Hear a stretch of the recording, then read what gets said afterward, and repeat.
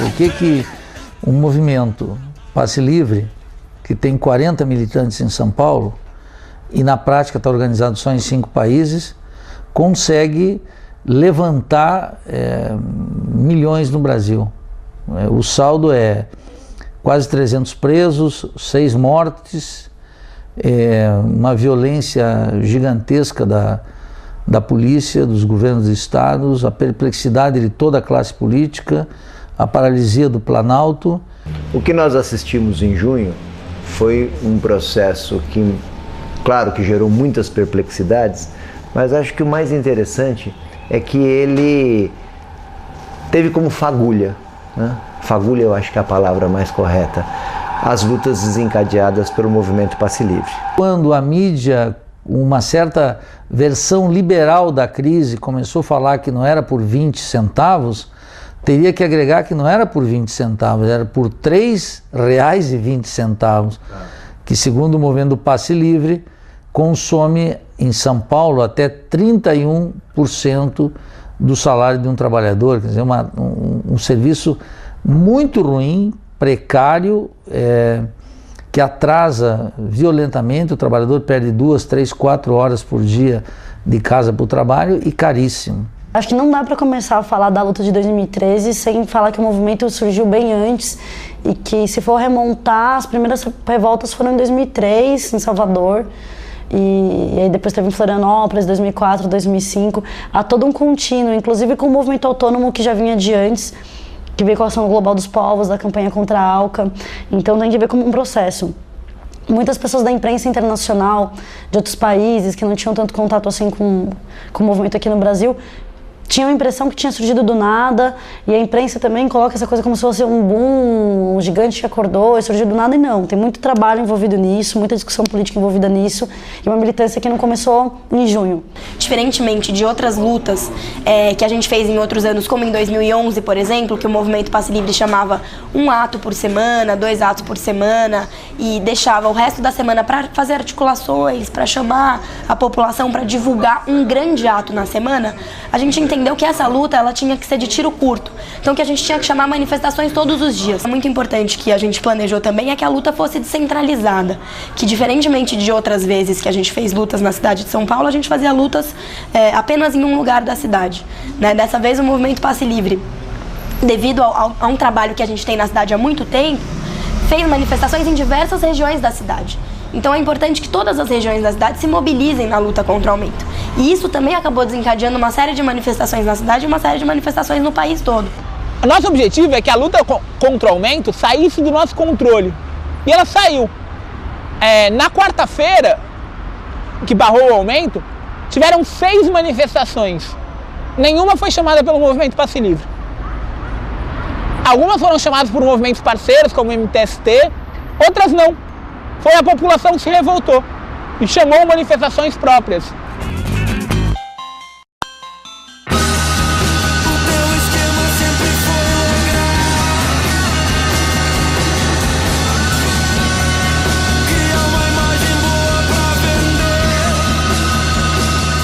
A política, que é uma dimensão da vida, também assusta. Há 2 semanas antes dos protestos de junho, eu creio que ninguém poderia prever a dimensão e a força dessas pessoas na rua, né? Ninguém que fizesse uma análise do movimento social e da conjuntura política no mês de junho poderia antecipar que em junho milhões de brasileiros, em sua grande maioria jovens, estariam ocupando as ruas das cidades de todos os estados do Brasil. Um momento até onde mesmo os estudiosos estão perplexos diante das diversidades, porque eu acho que ninguém esperou por isso, mas é algo que na verdade já estava acontecendo há muito tempo, e com o boom da internet o processo foi se amadurecendo e a gente chegou onde está hoje. E aí o pessoal pergunta, mas de onde surgiu esse povo? Esse povo saiu da onde? Esse povo saiu da revolta, do descaso do governo, da prefeitura, da mal política que é discutida hoje. Vem pra rua, vem, ninguém segura essa multidão. É tão bonita a nossa união. Vem lutar, plantar a esperança. Algumas algumas décadas a gente não tem uma mobilização de rua que redunde na conquista de um direito social expressivo, como foi o caso da revogação do aumento em São Paulo, e por outro lado a gente tem o oposto disso, que é uma explosão de centenas de milhares de pessoas nas ruas, manifestando insatisfações mais diversas e sem nenhum objetivo concreto em vista, sem nenhum, não canalizando, digamos, essa insatisfação para uma conquista social efetiva. Como todo mundo fala, não era só por 20 centavos, então acabou sendo uma discussão sobre toda a sociedade, o poder, quem decide, quem manda, para quem manda, quais são as principais demandas. Essa relação empresa e Estado, ela tá, e os partidos políticos no meio disso aí, é um processo realmente muito, muito conflituoso, mas que não é nada mais do que a elite comandando o povo. Então, assim, a novidade é essa percepção dessa captura corporativa do Estado, né, onde as corporações capturam políticos e políticos capturam o Estado e geram políticas públicas para as empresas, com a desculpa do povo. Então é para construir casa, mas quem vai ganhar dinheiro é a empreiteira. É para construir mobilidade, mas quem vai ganhar dinheiro é a empreiteira. Né? Vai se dar acesso às pessoas à alimentação, mas quem vai ganhar dinheiro são as empresas do agronegócio. Então é todo um direcionamento para as empresas, com desculpa para a política pública. Na minha opinião, todos esses governos, tanto do PT como do PSDB, infelizmente boa parte dos políticos brasileiros, ou a grande maioria, eles dependem do financiamento das grandes empresas. E particularmente do setor de transporte, principalmente as prefeituras. Então há uma máfia do transporte. Agora a gente falou, vamos para as cabeças. Vamos para as cabeças que o capital, enquanto ele não tiver com a corda no pescoço, eles não cedem nada não. Nenhum governo é bonzinho, nem o de direita nem o de esquerda. O de esquerda a gente espera que seja mais compreensível porque os bichos foram militantes e tal. Mas Estado nenhum dá nada de mão beijada, não. E se a gente não for para as cabeças, os caras não vai dar nada. Não vai dar nada. Mas não vai assim dar nem 20 centavos. Que é os tal dos 20 centavos que a gente estava brigando primeiro. Porque os 20 centavos tem R$3 atrás, né? Então é a ponta do iceberg. Então é por 20 centavos, é uma pauta concreta e é tarifa zero. Esse ano, a gente levou a discussão sobre tarifa para onde ela precisa estar, né? Que é a discussão política. Ela não é uma discussão técnica. Esse ano ficou provado isso, porque teve pressão das ruas, abaixou em mais de 100 cidades. Se abaixou em mais de 100 cidades, não é porque tecnicamente era inviável. É que politicamente não se considerava vantajoso e passou a se considerar. Passou a se considerar porque a população se organizou, porque a população saiu às ruas, porque a população protagonizou a maior mobilização dos últimos 20 anos no Brasil, pelo menos. Talvez dos últimos 30. Os maiores partidos do país tiveram que ceder, o PSDB, o PMDB e o PT. Os 3 maiores partidos do país recuaram politicamente perante a força da população. Isso é muito difícil de acontecer. Isso não aconteceu nem no Fora Collor, nem na Direta Já, inclusive. No Fora Collor, a maior parte dos grupos gestoriais apoiavam o Fora Collor. Na Direta Já, as manifestações perderam. Esse ano não. A gente ganhou. Isso é uma vitória gigantesca que mostrou para gregos e troianos a força de um movimento e quando tem capacidade de mobilização e toca nas questões centrais. Agora, eu acho que só essas conquistas só são possíveis pelo grau de insatisfação da população com a condição econômica e com o sistema político. Essas revoltas de transporte contra o aumento, né, a gente tem visto há pelo menos 10 anos, desde Salvador, e desde Salvador a gente deve ter tido 10, talvez 15 revoltas populares quando houve aumento dos ônibus em diversas cidades do Brasil. A gente também tem o aprendizado de setores do movimento estudantil que está na origem do movimento Passe Livre, que aprenderam com a história de Salvador e transformaram o aprendizado da história de Salvador, na qual uma explosão, uma revolta popular contra o aumento, ela fracassou pela falta de uma organização política que fosse fiel à demanda dos estudantes.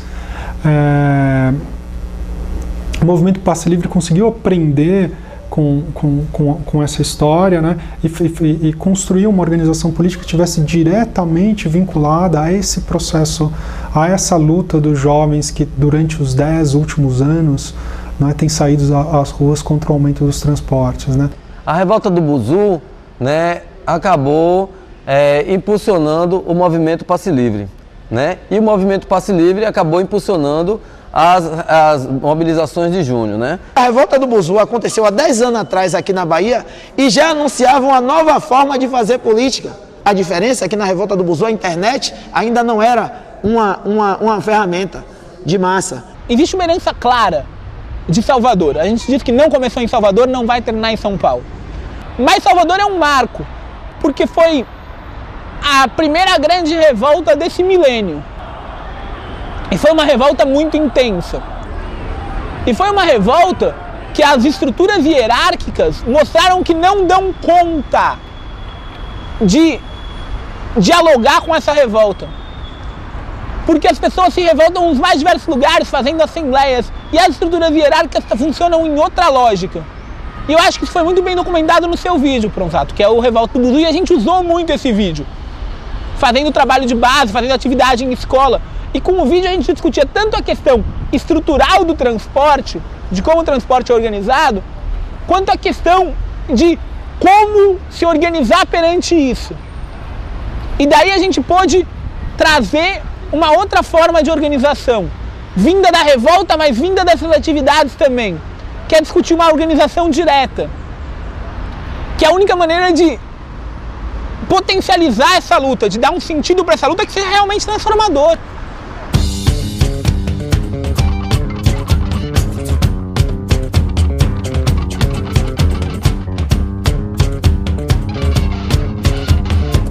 O que nós vimos, eu acho, foi que dos anos 90 para cá, há vários ciclos, pequenos ciclos de luta que estavam fora desse processo que tinha sido institucionalizado nos anos 80. E é esse acúmulo de pequenas experiências que foi se somando, não é? E que terminou redundando nesse grande processo que a luta pelo transporte deu início. Né? O que a gente está falando aí são novas lutas sociais que estão fora do ciclo de lutas que constituiu o Partido dos Trabalhadores, e por isso também elas são fortemente antagônicas à direção de um partido político, não é? Porque elas já nasceram fora, elas não têm interlocução, elas não têm partidos políticos que as expressam, né? Essas condições econômicas que permitiram esse protesto e que digamos, da qual essas jornadas de junho foram uma espécie de ensaio geral, elas estão baseadas no fato de que o mito de um país de classe média definitivamente sucumbiu. E o espantoso não é que tenha caído, o espantoso é que tenha existido esse mito. Na medida em que 76% da população economicamente ativa no Brasil, então 2/3 da força de trabalho no nosso país, ganha até 3 salários mínimos. O país vai mal porque nunca antes os bancos lucraram tanto. Na história recente do Brasil, em nenhum período as taxas de lucratividade do sistema bancário foram tão altas como agora. O fato do PT ter aliança com Renan Calheiros, José Sarney, o Collor de Mello, uma quantidade de outros personagens de currículo não gratificante no Brasil, eu diria que é consequência de algo muito mais grave, que foi a opção do próprio partido em assumir o ideário político da classe dominante brasileira. Não importa que faça ainda um discurso em que mencionam-se os pobres e os trabalhadores.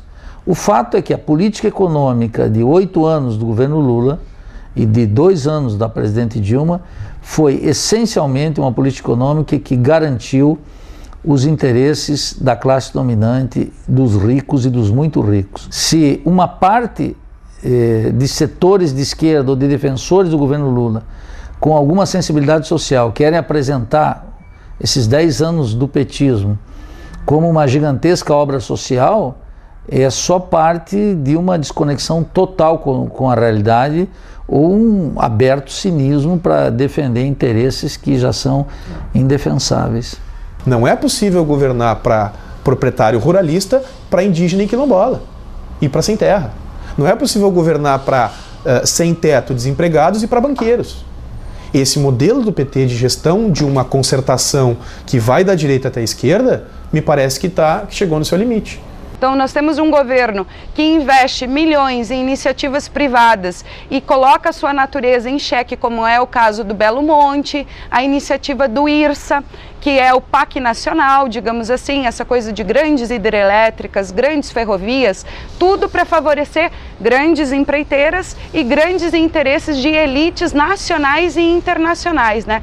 Então o governo petista sofre um desgaste em termos populares no sentido da sua política de desenvolvimento. Se repete a velha história de um governo de conciliação de classes que acomoda interesses das elites e também coloca para a população um direito maior de consumo que as pessoas confundem com qualidade de vida, né? Isso é indiscutível, isso aconteceu. Você tem um aumento da renda no Brasil.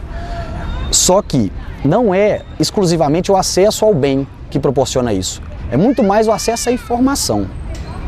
Então não é o acesso ao computador em si que vai proporcionar que esse sujeito então entenda-se cidadão. É o que ele consegue acessar através do computador, da internet, da televisão, enfim. Aquela propaganda de uma vida melhor, ela na base, na periferia, nas comunidades e nos movimentos, ela não se verifica. As pessoas melhoraram de vida? Sim, muitas sim. As pessoas podem comprar o que não podiam antes? Podem. Mas o desequilíbrio entre uma pessoa que tem dinheiro e não acessou cultura e educação também cobra o seu preço. Porque junto com esse dinheiro, sem educação e sem cultura, veio a despolitização, veio o individualismo, veio o consumismo. E essa pessoa pensa muito mais em si, no seu universo pessoal, individual e familiar, do que em propostas de saída coletiva e comum para essa situação. Então é uma situação complicada, quer dizer, de certa maneira, para dizer de maneira bem aberta, bem franca, parece que o PT ajudou a criar essa besta, né?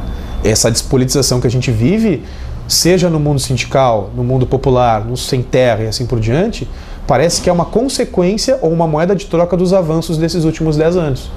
Quer dizer, a gente fez uma construção que vai da saída da ditadura, com as lutas sindicais e camponesas, que vai até 2002, 2003, crescente.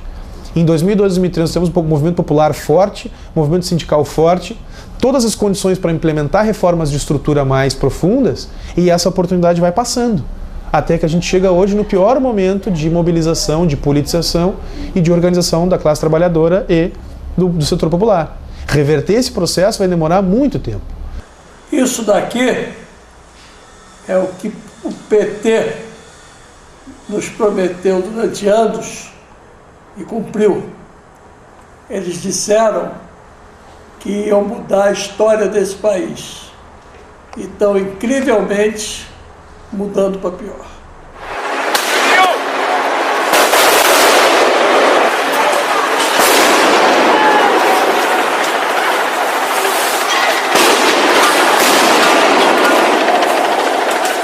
Crítica que de imediato se referia ao fato de que era um movimento espontaneísta, sem liderança, sem propostas claras e, enfim, isso para mim remete justamente a um condicionamento, digamos, teórico, intelectual, ideológico até, na medida em que perde de vista a possibilidade de outras formas de ação, outras práticas que não se remetam exatamente a esse modelo histórico que já leva mais de 200 anos, ou seja, a forma partido, uma maneira institucional e uma maneira hierarquizada de processar a luta. Hoje o modelo brasileiro, embora pluripartidário, existe um monopólio da estrutura partido, né?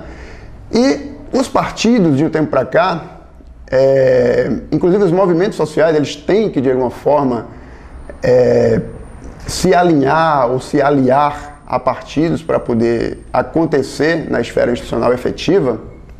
E os partidos, a forma como o modelo político tem se desenvolvido, se enrolado no Brasil nos últimos anos, tem deslocado a esfera política, né, da sociedade. Essas forças sociais democráticas não foram capazes de romper os limites conservadores e elitistas da sociedade da prática política no Brasil.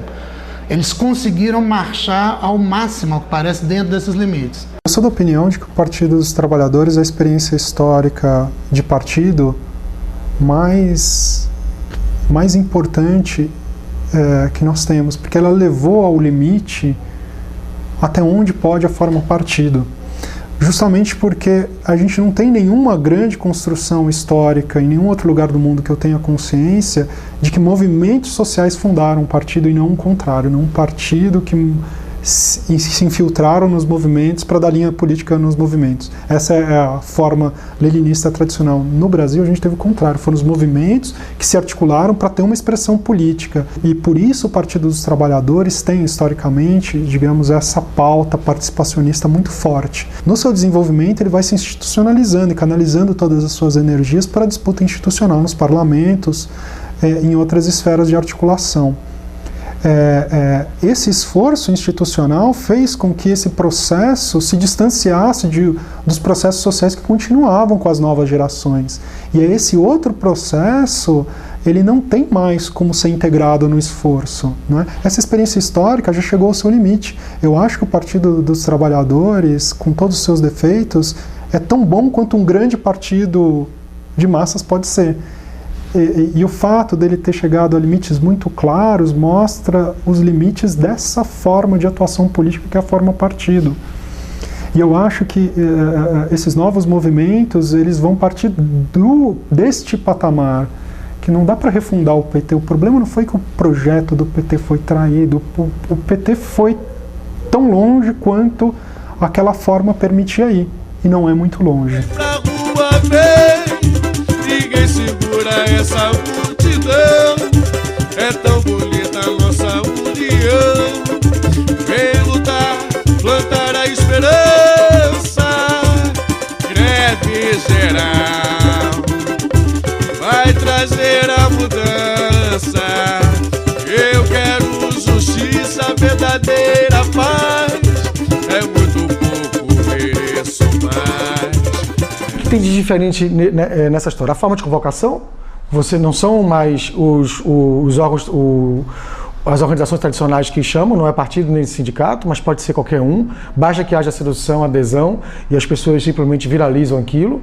Você vai ter uma multiplicidade de pautas, que não é ausência, não confundamos nunca com multiplicidade de pautas com ausência de pautas. Você tem claramente nas mãos, nas palavras de ordem, na organização, na performance dos grupos presentes, as suas pautas, e você tem, a partir disso, uma profusão muito grande de debate político, justamente porque essas pautas criaram corpos nas ruas, e você tem uma convivência de grupos, inclusive antagônicos, dentro dos mesmos protestos sociais. Boa parte dessas pessoas que vão à Assembleia ou que foram às ruas agora, elas estão sendo educadas politicamente pela primeira vez no Brasil. Elas não têm vivência do que é uma assembleia, elas não têm vivência de manifestação popular. Aqueles grupos que se reinventarem, aqueles grupos que discutirem a sua capacidade de lidar com essas novas formas de estar no mundo e agir político, é aqueles que vão continuar. Os que não conseguirem trazer para dentro de si essas novas demandas de participação de deliberação, que está aqui, que tem a ver com as redes sociais, que tem a ver com a capacidade da gente produzir comunicação hoje que não produzia antes, que tem a ver com a capacidade de difundir comunicação hoje como a gente não difundia antes. Aqueles grupos que não souberem se permear disso vão sucumbir. Uma das vantagens do nosso movimento é que o poder público ele ficou correndo atrás do rabo o tempo todo, porque até então ele estava acostumado a lidar com a liderança sindical, então ele sabe quem que é quem. E eu insisto, eu sempre digo isso na Assembleia, uma das grandes vantagens nossas é que a gente não tem um Jesus Cristo, uma liderança que eles vão falar, é fulano, que eu vou... Porque quando você tem uma liderança é fácil dele ser cooptado, ou ele corrompido, ou eliminado. São mobilizações que aparecem ali alguns indivíduos como porta-vozes casuais do movimento, né, em várias situações, mas ninguém ocupa um papel de liderança, de domínio, de controle ou até mesmo de direcionamento do movimento. A gente não nos coloca como liderança. A gente não tem a pretensão, a disposição e a dimensão política de querer ser um movimento representativo da massa que está nas ruas, do povo que está na rua. Não! A gente não quer representar ninguém, as pessoas podem se representar muito bem, muito melhor que a gente. A gente nos coloca como autoridade, e sim como referência. É um movimento que não tem liderança e está crescendo. E cada vez mais, recentemente saiu uma pesquisa, 85% dos brasileiros apoiaram as manifestações nas ruas.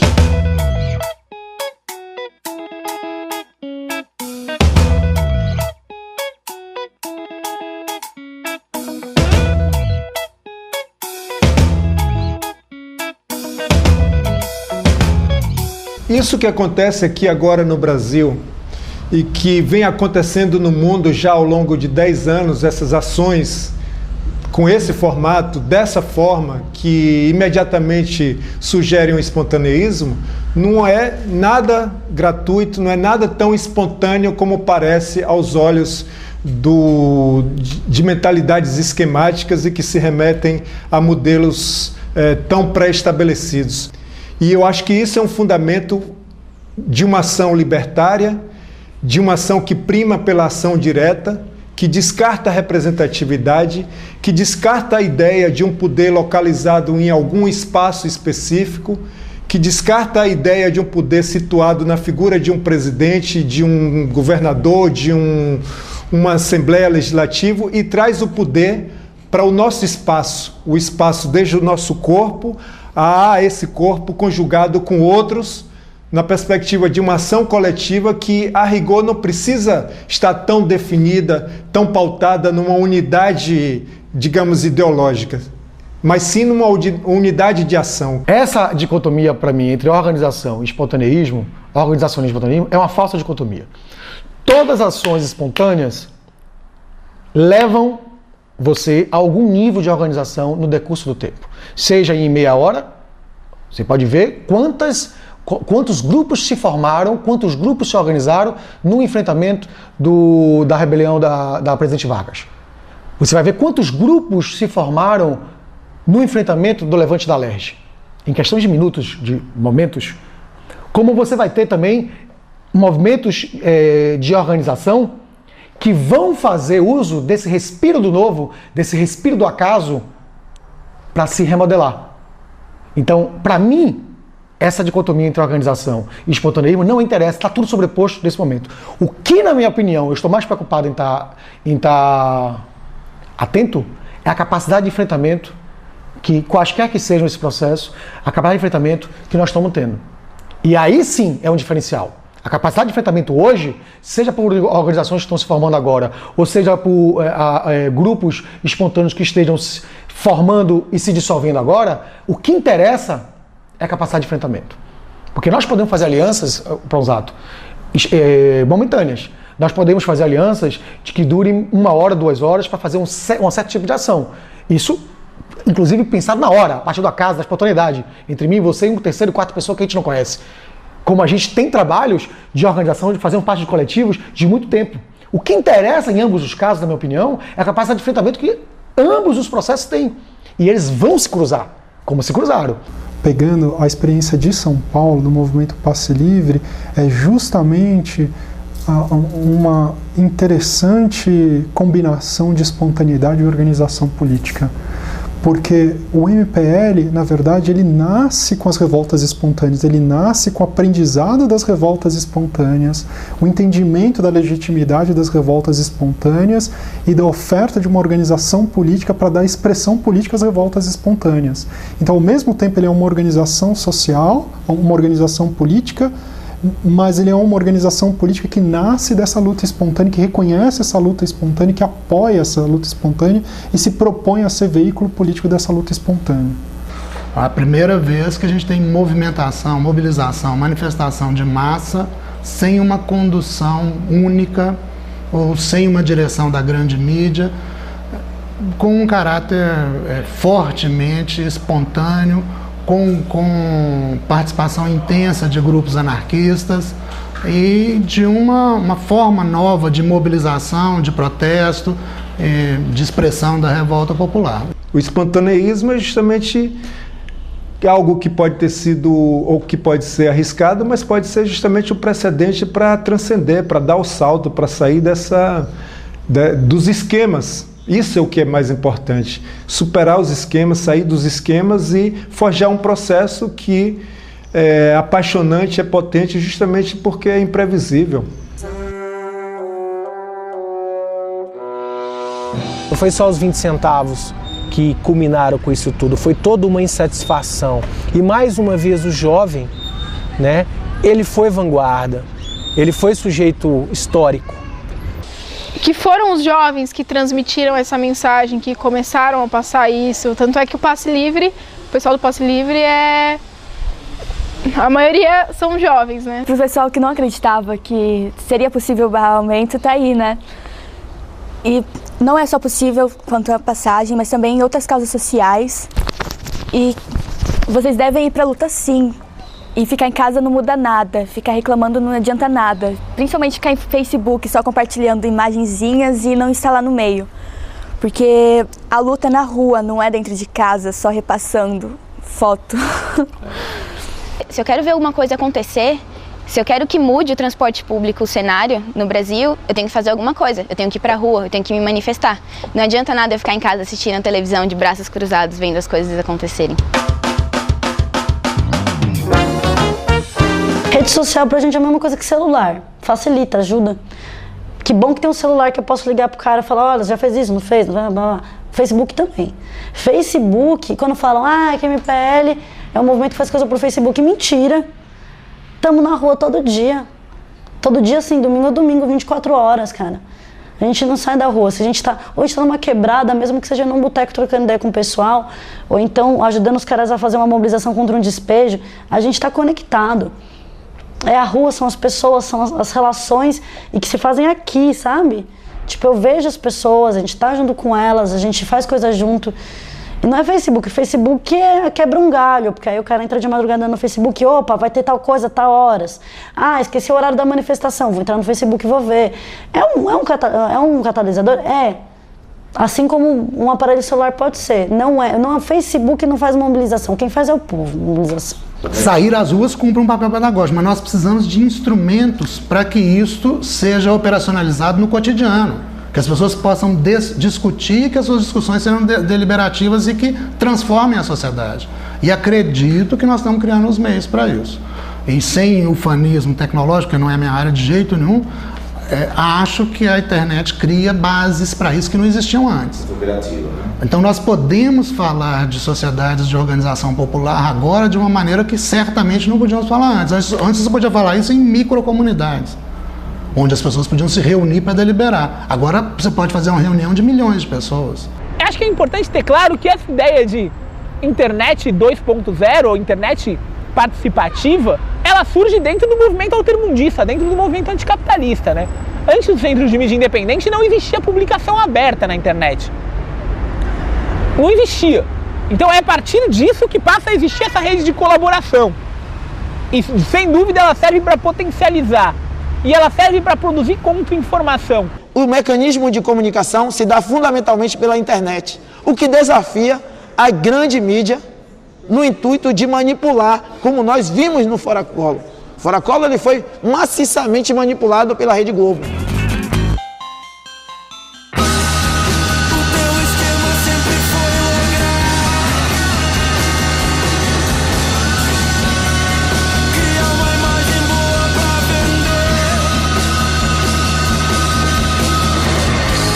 Essa direita e para essa mídia, a Copa, nesses moldes em que ela está sendo estabelecida no Brasil, tá bom. Porque, enfim, com a FIFA a gente traz as grandes marcas, as grandes multinacionais, que estão muito confortáveis nessa estrutura, seja na construção dos estádios, seja nos negócios todos que giram em torno do futebol nesse período e vão girar no Brasil. E nesse sentido, mais uma crítica ao PT, de não ter feito nenhum tipo de resistência às condições da FIFA, né? No sentido de que o legado da Copa fosse muito mais positivo para a população do que negativo. Essas comunidades que já estavam articuladas, também por conta do Comitê Popular da Copa, que é um movimento que tem surgido por causa dos mega eventos, começaram a sentir necessidade de se inserir nesses protestos, porque uma das principais bandeiras que eles levantavam era contra os homéricos para a Copa do Mundo. Contra a especulação imobiliária, o encarecimento de vida da cidade. Tanto que um dos grandes gritos desses levantes não vai ter Copa. As pessoas gritam isso porque a Copa está trazendo e as pessoas estão sentindo uma série de transformações na vida. E as pessoas falaram, existe uma Copa excludente, comercial, né, com objetivos mais financeiros do que do espírito popular do futebol, porque perde-se o caráter popular na Copa do futebol. E as pessoas ficaram, também, isso veio à tona, né? Veio à tona como uma revolta. Tanto que houve gritos de que não haverá mais Copa, houve gritos de... Não é contra o futebol, mas é contra o modelo da Copa e como ele foi colocados sem discussão popular, de forma excludente, superfaturamento dos estádios. Nós aqui em Belo Horizonte, nós vimos lá 40 mil pessoas às ruas querendo entrar num espaço que era de direito, que é a região lá do Mineirão, que de uma hora para outra era uma região que não pertencia mais ao Estado brasileiro, é uma região que não pertencia mais a Belo Horizonte, a Minas Gerais, à população em geral, pertencia a um grupo específico e aos patrocinadores desses mega eventos. Não existe em nenhuma parte desse país, e a mídia não falou isso, um estado que o brasileiro é proibido de ir e vir. Acima de tudo, no Estado democrático de direito, que eu costumo falar que é um Estado democrático de direito privado, que é garantido os interesses do capital, qualquer um de nós tem o direito de ir e vir, mas na chamada área FIFA, nós tivemos esse direito negado.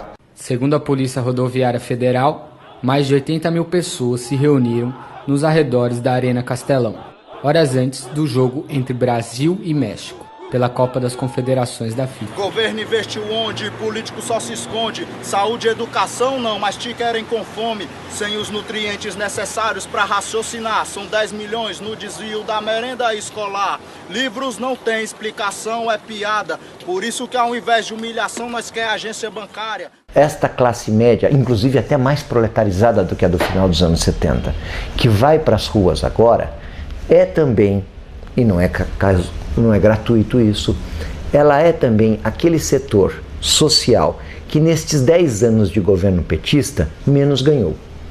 É um setor social que viu os mais ricos dispararem na riqueza e ganharem cada vez mais, e viu os mais pobres do que ela ascenderem socialmente. E este setor, você pode examinar pelos dados econômicos, foi o que menos ganhou.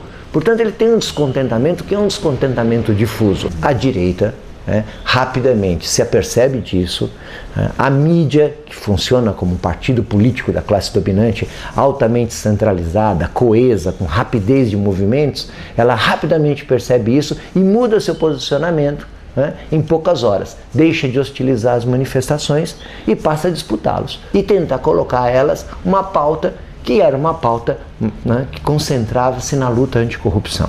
Veja, ninguém defende a corrupção. Todos são contra a corrupção, inclusive os corruptos são contra a corrupção. A corrupção não é uma bandeira contra alguém, ela é uma bandeira genérica. Eles precisavam concretizar essa bandeira. E essa luta que ganhou dimensão nacional e uma força incrível, ela tentou ser ressignificada pelos meios de comunicação. A gente vê no fim de semana do dia 15 e 16 de junho uma ação orquestrada da Rede Globo, da revista Veja, sobretudo, de ressignificar esse movimento. A revista Veja ela é claríssima, ela diz: esses meninos eles não podem estar querendo 20 centavos, 20 centavos não é tão relevante, eles devem ter uma outra coisa pela qual eles estão lutando, e nós vamos dizer para eles o que é contra a corrupção, eles estão lutando contra a classe política, e ela dá. E uma parte dos seus leitores e também dos espectadores dos grandes meios de comunicação atende essa demanda e se soma à mobilização que já estava. Isso gera um processo muito confuso, na qual você tem ainda, no caso de São Paulo, a liderança do movimento Passe Livre, claramente dando uma orientação política para a redução do aumento e em defesa da tarifa zero, que é a desmercantilização do transporte, e por outro, a chegada de novos militantes que foram convocados pelos meios de comunicação e que trazem novas pautas muito difusas, ligadas à crítica principalmente à corrupção, não é? Que é uma pauta que eu não acho que é uma pauta de direita, não é? Mas é uma pauta relativamente despolitizada, não é? E a gente tem um processo aí complicado. Por um lado, esses querem uma tentativa de ressignificar todo esse processo como um movimento contra a corrupção, por um lado, e por outro, tem um outro processo muito interessante dessas pessoas que entram nessa luta, convocado pelos meios de comunicação na luta contra a corrupção, que começam a se politizar e descobrir outros problemas do país. A gente entende que o nosso país vive hoje um monopólio muito forte dos meios de comunicação, que centraliza a opinião e a maneira de pensar da população. Quase 80% da população brasileira é conduzida a pensar de uma certa forma pelos meios de comunicação que nós temos aí. Rede Globo, no Rio Grande do Sul, RBS, Zero Hora, que são meios de comunicação inimigos do povo, inimigos da mobilização popular. Dorme, meu bem, que o monstro já vai chegar. Existia na rua essa consciência de que a mídia, as instituições, né, não estavam ali representando os anseios populares. E o problema maior é esses anseios. Realmente não era uma manifestação pontual, como foi a Direta Já, que conseguiu uma unidade por conta de um ponto. Conseguiu unir várias tendências por causa de um ponto. As Direta Já, que era um ponto de democratização. Ou no Fora Collor, que também teve um ponto crucial, que conseguiu unidade ali de vários setores das oposições, que tem muitas divergências entre si, e conseguiu unidade. Aqui não tem unidade. No momento dos protestos de junho, não tinha unidade. As ruas eram uma disputa. Enquanto tinha anarquistas e black blocs querendo marcar sua posição, depredando símbolos do capital, tinha outros que queriam impedir aquilo e dizer, não, sem vandalismo, virou um dos jargões, sem vandalismo. Mas é a disputa das ruas acontecendo. Né? Marchar com alguém que discorda de mim e está no outro campo, de certa maneira é um teste para a democracia, um teste para mim mesmo. E isso abre um novo flanco de disputa. As próprias manifestações, elas são espaço de disputa. Agora nós vamos ver quem quer quem e o que a gente quer. Não apareceu um monte de maluco querendo golpe militar de novo? Que bom, que esses caras vão tirar a cabeça da água. Os fascistas vão tirar a cabeça da água. Agora nós vamos ver quem quer quem. Quem que tá pelo povo e quem tá contra o povo. A gente não teve condições de formar politicamente 500 mil de pessoas. A gente está nesse processo ainda. Então essas pessoas são pautadas pelo senso comum, que nesse país, assim como todos os outros, é uma desgraça. O senso comum é uma desgraça. Então é pautado pela Veja, pela grande mídia. Então não dá pra você esperar que o cara chegue com o capital debaixo do braço, entendeu? Então é uma disputa de consciência, a disputa de consciência está dada e está aí. A gente luta contra a catraca dos ônibus, contra a catraca da mídia. Você não pode querer botar catraca nas manifestações populares. Entendeu? Se a direita vem e tenta se aproveitar, a gente olha, continua lutando com os nossos objetivos, não com os deles. Mas eu sei que existe direita na rua. Agora, também não me intimido de achar que esse movimento é necessário. E não é porque a direita está na rua que a gente tem que se intimidar. Que a gente tem que dizer, não, nossa luta não é justa, nossa luta não é correta. A nossa luta é justa e correta. A direita que se foda.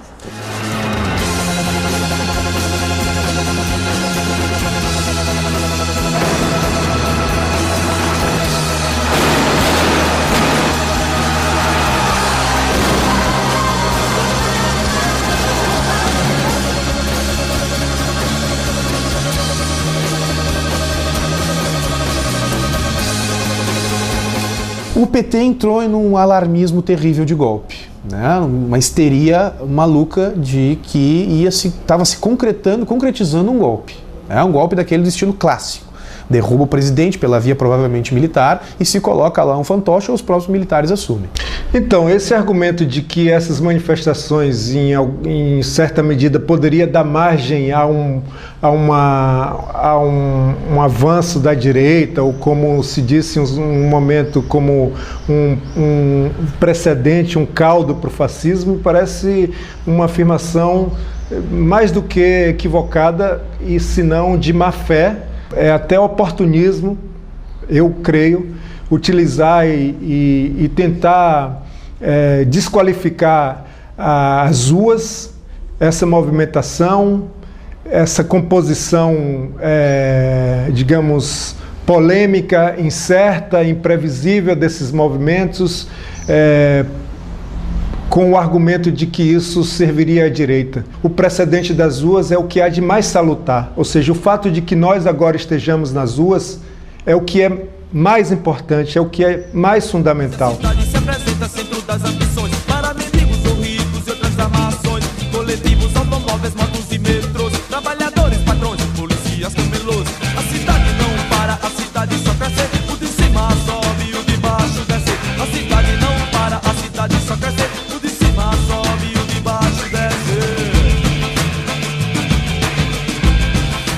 Essa extrema-direita saiu da história, dessa história por enquanto.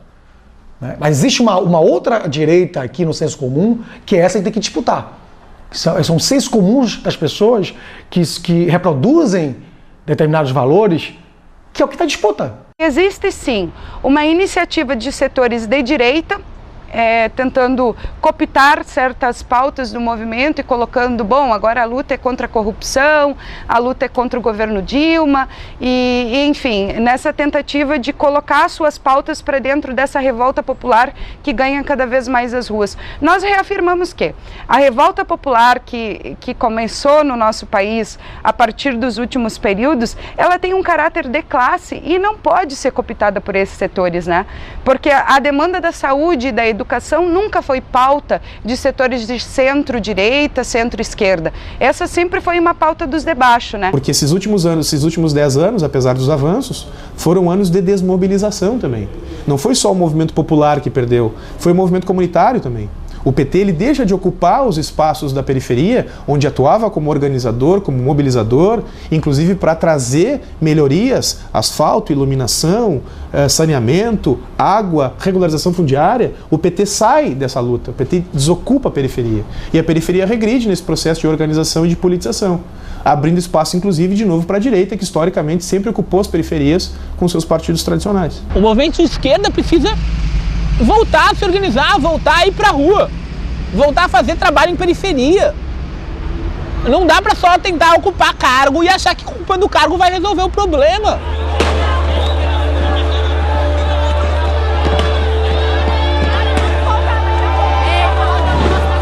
Há sim um processo de fascistização da sociedade e esse processo é reforçado por toda essa maneira como esse aparato repressivo continua montado, como o muito mal chamado Estado Democrático de Direito tem atuado. Na verdade, esse Estado de Direito não é nada mais que o Estado penal, que tem na sua essência, né, a guerra generalizada contra os pobres, que foi isso que a gente viu. Tem na sua essência também uma política de encarceramento em massa, a criminalização dos movimentos populares, né, esse genocídio institucionalizado contra jovens, negros, pobres, indígenas. Então é isso que está prevalecendo aí. A primeira chamada que a gente via para os setores organizados era de que o gigante acordou, o Brasil acordou e as organizações oprimidas, as pessoas das comunidades ressaltando que nunca dormiram, né? A violência de Estado que vive as comunidades, que os negros que são assassinados, a juventude negra que é assassinada no nosso país a todos os dias, a fome que o nosso povo passa ainda, a falta de educação, saúde, enfim, esse programa mínimo, digamos assim, que não consegue ser executado pelos governos que estão aí e nem por essa democracia representativa e tampouco pelo projeto de desenvolvimentismo que o governo PT alicerçou no nosso país. O Brasil não acordou agora, não. Quem vai nessa o gigante acordou é porque estava dormindo mesmo. Porque a gente sabe que os setores populares, os indígenas, a luta dos afrodescendentes brasileiros, a classe trabalhadora brasileira, essa nunca dormiu. As periferias nunca dormiram. A gente que é militante de base, pelo menos há algum tempo, sabe disso. Mas esse setor de classe média, que se viu limitado na sua existência, no deslocamento urbano, no espaço público e na cultura, esse sim, digamos assim, ele explodiu, né? Ele explodiu e ele não aceita mais essas limitações.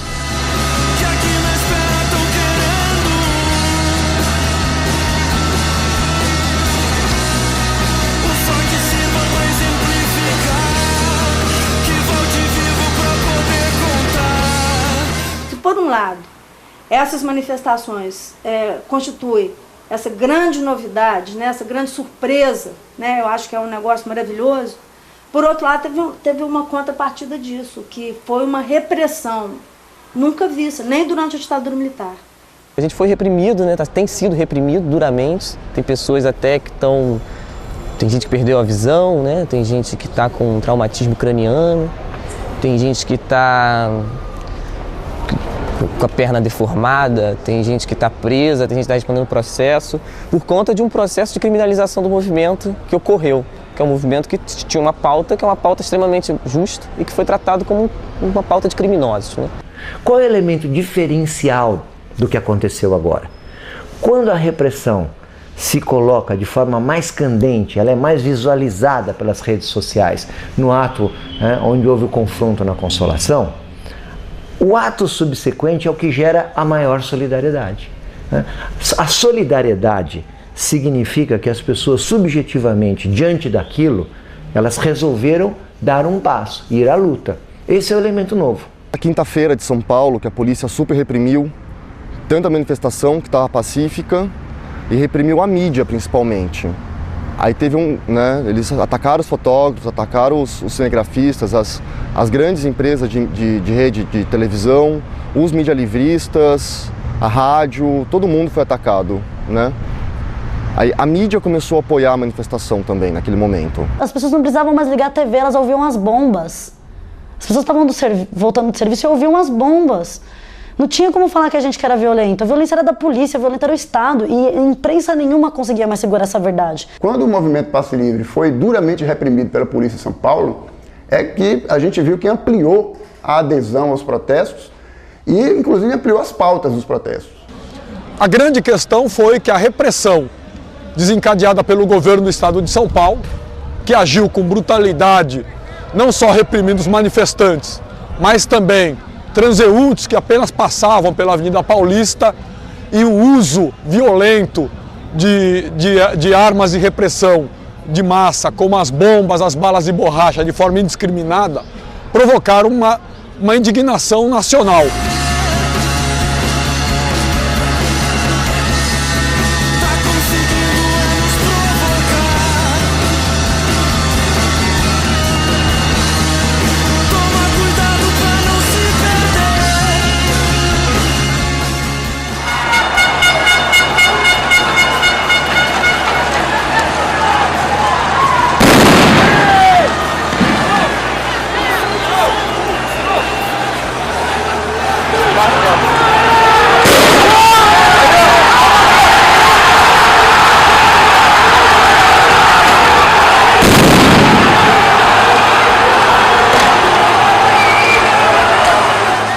E a gente acredita que uma das questões é a desmilitarização da polícia, né? E como construir esse processo de tirar essa possibilidade de repressão, né? Do jeito que hoje está, cada vez mais armada, com ferramentas, né? Tipo, que se dizem não letais, mas que geram sequelas a várias pessoas para o resto da vida.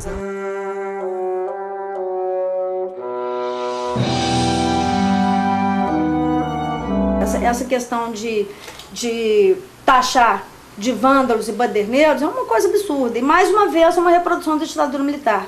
Porque na época da ditadura militar, todos aqueles opositores à ditadura também eram considerados as minorias trêfugas que deviam ser combatidos, os inimigos públicos que teriam que ser eliminados. Então hoje também eles estão querendo pespegar essa denominação de vândalos em cima daquelas pessoas que estão lutando a partir de uma perspectiva de ação direta. E o que eles chamavam de vandalismo é o que resultou, inclusive, na vitória do movimento Passe Livre com a redução da tarifa em São Paulo. Porque se não houvesse aquele problema todo, então é complexa a situação, porque se não houvesse um problema realmente que atingisse a cidade, que atingisse o governo, e a única forma disso ocorrer foi as depredações ou uma falta de um descontrole mesmo daqueles manifestantes, uma manifestação meramente ordeira, pacífica, não iria resultar em pressões reais ao governo, entendeu? Bom, acho que vândalos são povos germânicos, né, que invadiram Roma, né, há muito tempo atrás, né, digamos assim, no final da Idade Antiga. Então, não, as pessoas que estavam na rua não são vândalos, pelo contrário, eram manifestantes normais, pessoas que estavam na perspectiva de manifestar as suas reivindicações diante do Estado. E diante da repressão que ocorreu, né, da violência da própria repressão policial, foi que acabou insurgindo a revolta popular. Hoje, o surgimento do Black Bloc é o que tem de novo nesse momento político brasileiro e sobretudo carioca, né?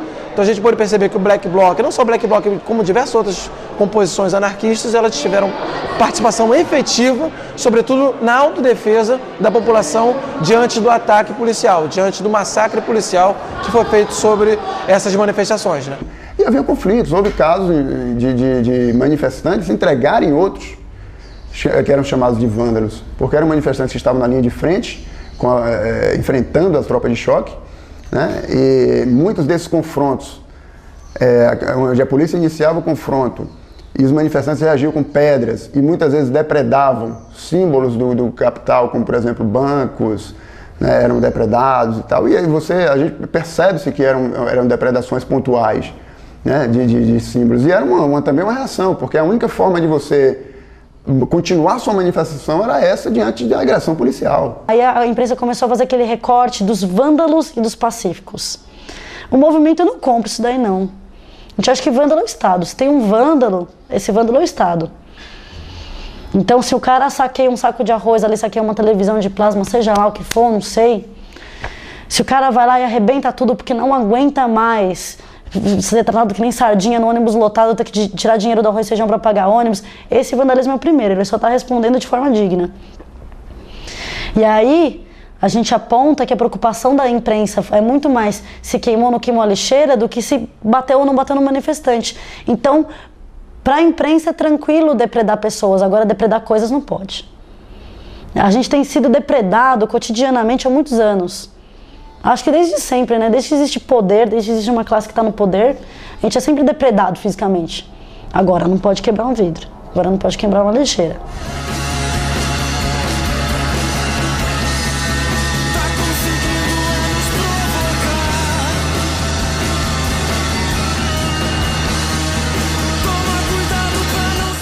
Você tem no Rio de Janeiro as pessoas pautando suas questões locais de bairro a partir da ação direta, a partir do protesto social.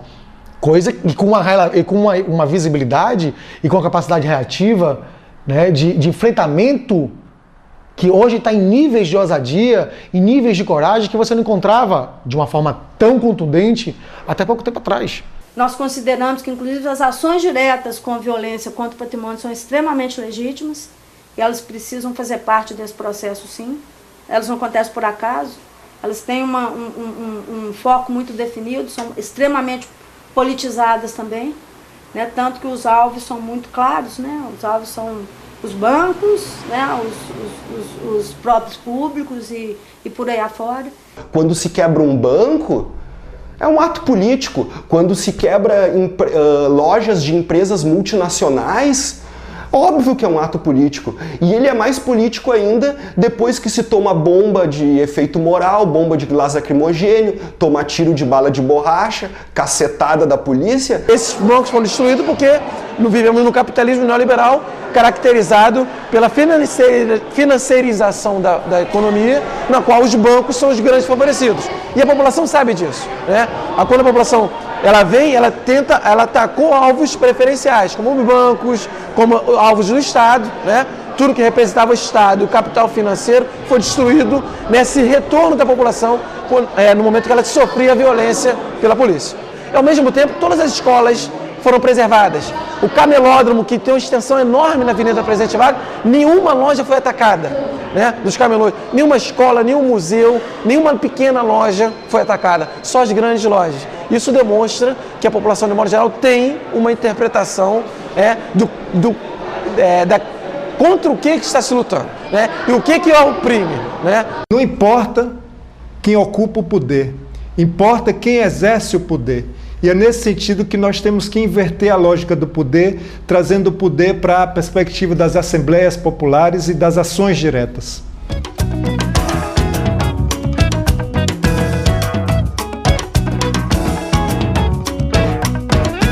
A partir das jornadas de junho, as autoridades, não só o governo federal, mas também os governos estaduais e os governos municipais tiveram que dar uma resposta. Não era possível tratar as mobilizações somente com repressão, não diálogo, somente enquadrando as pessoas que estavam nas ruas como vândalos, baderneiros. Oprimida pelas manifestações, a presidenta Dilma vai à televisão. Na televisão ela apresenta uma proposta extremamente avançada, que é a realização de uma constituinte exclusiva, né, a ser definida em plebiscito. A resposta do governo federal, né, foi uma resposta muito limitada, né, mas que apontou, né, para a necessidade de abrir, né, de oxigenar a política desse país. Esse é um tema central. Né? É claro que o tema da reforma política é central. O problema é o contorno que está sendo dado para o tema da reforma política, que sequer é reforma política. Não passa de uma simples reforma eleitoral. A direita imediatamente entendeu o perigo dessa proposta e se fechou e se unificou para não deixar que essa proposta pudesse prosperar. Qualquer transformação mais profunda da forma de fazer política no país não passará pelo Congresso. Terá que ser feito por outra via. E qual via? A via possível, que foi chamada pela presidente para que isso não seja numa situação de crise maior, foi a Constituinte. Então o governo, né, durante um momento falou de Constituinte, né, que em menos de 24 horas, com o rechaço das próprias personalidades do Partido dos Trabalhadores, mas também, né, da direita e centro-esquerda, enfim, todo mundo rechaçou essa proposta porque sabia que ela poderia trazer, né, um aprofundamento democrático com base na revisão de vários dispositivos constitucionais. Porque reforma política ainda me parece muito pouco. Ou seria uma reforma no sentido de uma transformação política geral, quando a possibilidade que a gente tem é de uma reforma eleitoral. A reforma eleitoral não vai nos resolver nada. Ela pode ser que signifique alguns avanços, mas frente ao que as ruas têm mostrado, a resposta do Estado deveria ser muito mais forte, muito mais enfática, muito mais concreta, no sentido de abrir canais outros de participação, de protagonismo popular, deliberativos, porque a gente vai chegar nisso. Na medida que os congressos, os parlamentos não respondem com medidas positivas à demanda das ruas, daqui a pouco esse sistema entra em xeque e colapsa de vez. Porque essa representação, ela realmente não faz mais sentido para nós. Então, assim, o que eu vejo é que a reforma política, nesse contexto, é uma medida de salvação do Estado de si mesmo. O Estado quer se salvar através da reforma política.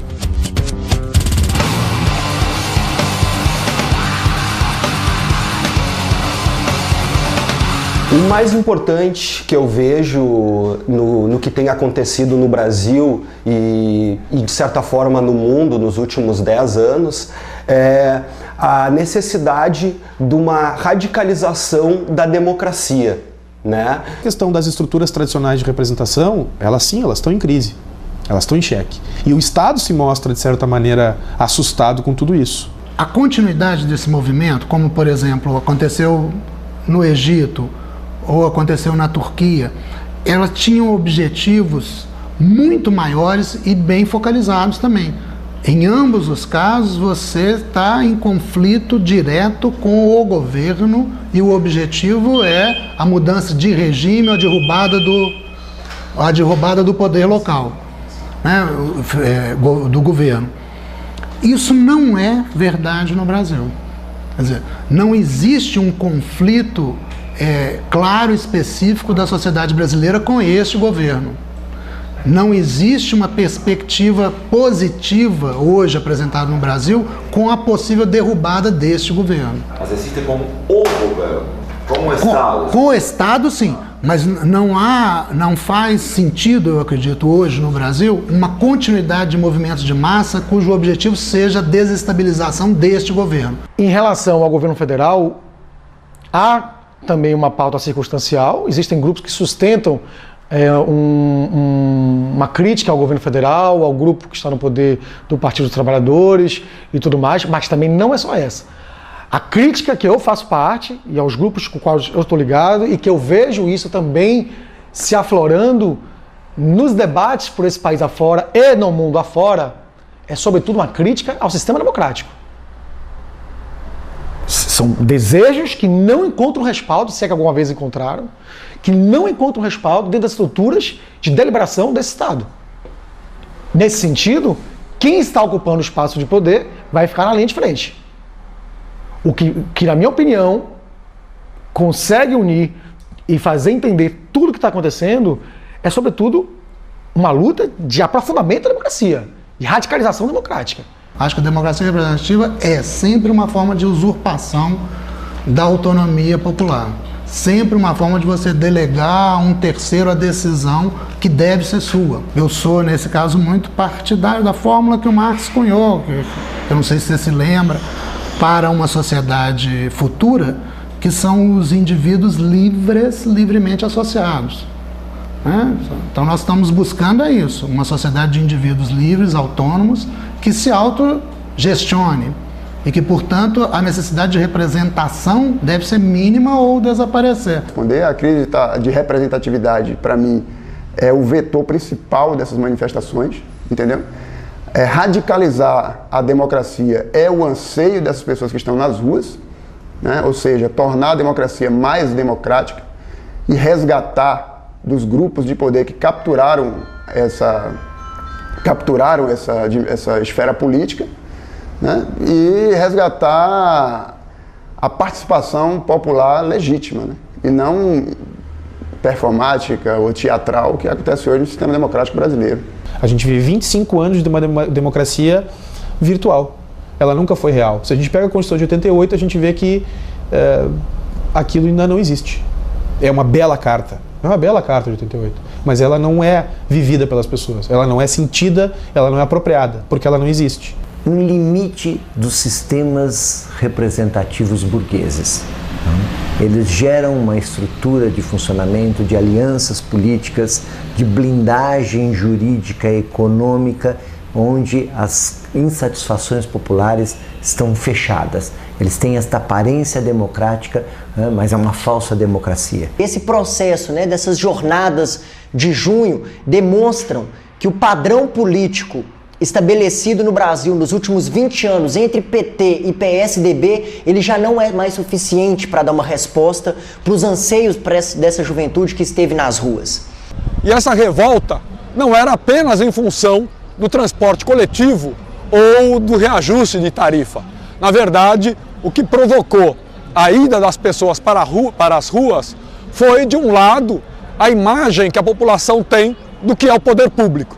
O povo mostrou que as transformações não acontecerão através desses partidos eleitoreiros, na sua grande maioria, e outros bem intencionados, mas que continuam respaldando essa política sórdida, esse cretinismo eleitoral que prega que a transformação virá através dessa tipo de escolha que está absolutamente defasado, né? Os parlamentares deveriam receber a mesma coisa que recebem nos seus trabalhos,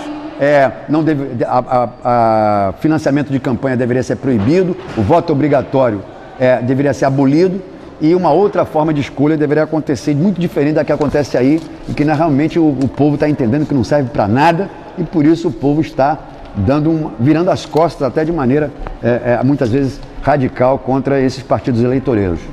É um movimento que critica a institucionalidade, critica a democracia representativa. O que se trata aqui é de defender a democracia direta e critica também toda essa lambança, todo esse processo aí de degeneração dos partidos políticos, institucionais e eleitoreiros que estão aí. Mas a questão é, o que esse movimento vai propor de novo em termos de organização? Isso aí é muito incipiente, para não dizer inexistente. A gente tem exemplos no mundo inteiro e na América Latina de formas alternativas de participação e de organização de base. As Assembleias Populares na Argentina foram um exemplo durante um tempo, as organizações zapatistas, as referências que a gente tem na Bolívia e na Venezuela de movimentos de base que participam da cidade, que pressionam os políticos, que invadem os espaços públicos e pressionam até as suas demandas serem atendidas, mas nesse quesito eu acho que o movimento ele é muito inocente. O Congresso Nacional mostra isso. Ele foi muito pouco pressionado. A Assembleia Legislativa do Estado do Rio Grande do Sul e a Câmara de Vereadores também foram muito pouco pressionados. A gente fica muito focado nos executivos quando o pior da política nacional se encontra nos parlamentos. E esses espaços têm que ser ocupados porque esses espaços que nós temos o nosso representante em tese mais próximo. É esse cara, o fazedor de lei, que é o cara que tem que ser pressionado, como no caso da nossa Câmara de Vereadores aqui, que semana passada, aliás, essa semana, rejeitou ou votou contra a proposta de abertura das planilhas do transporte público em Porto Alegre, numa franca demonstração de falta de transparência, de que eles têm comprometimento com essas empresas.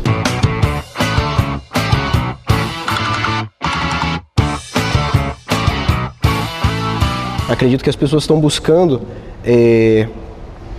experimentar novas formas de se fazer ouvir, certo? Então as pessoas estão buscando mais democracia direta, democracia líquida, elas estão buscando iniciativas de ação direta, como a ocupação desta Câmara de Vereadores daqui de Salvador, e estão buscando se envolver de outras formas. Eu acho que as pessoas querem se empoderar politicamente, trazendo para si o poder de decisão sobre suas próprias vidas. Eu acho que isso faz parte de um espírito do nosso tempo, de nossa geração, não só aqui no Brasil, como no mundo todo. Ficou claro nas jornadas de junho que há uma nova esquerda surgindo no bojo dessas mobilizações.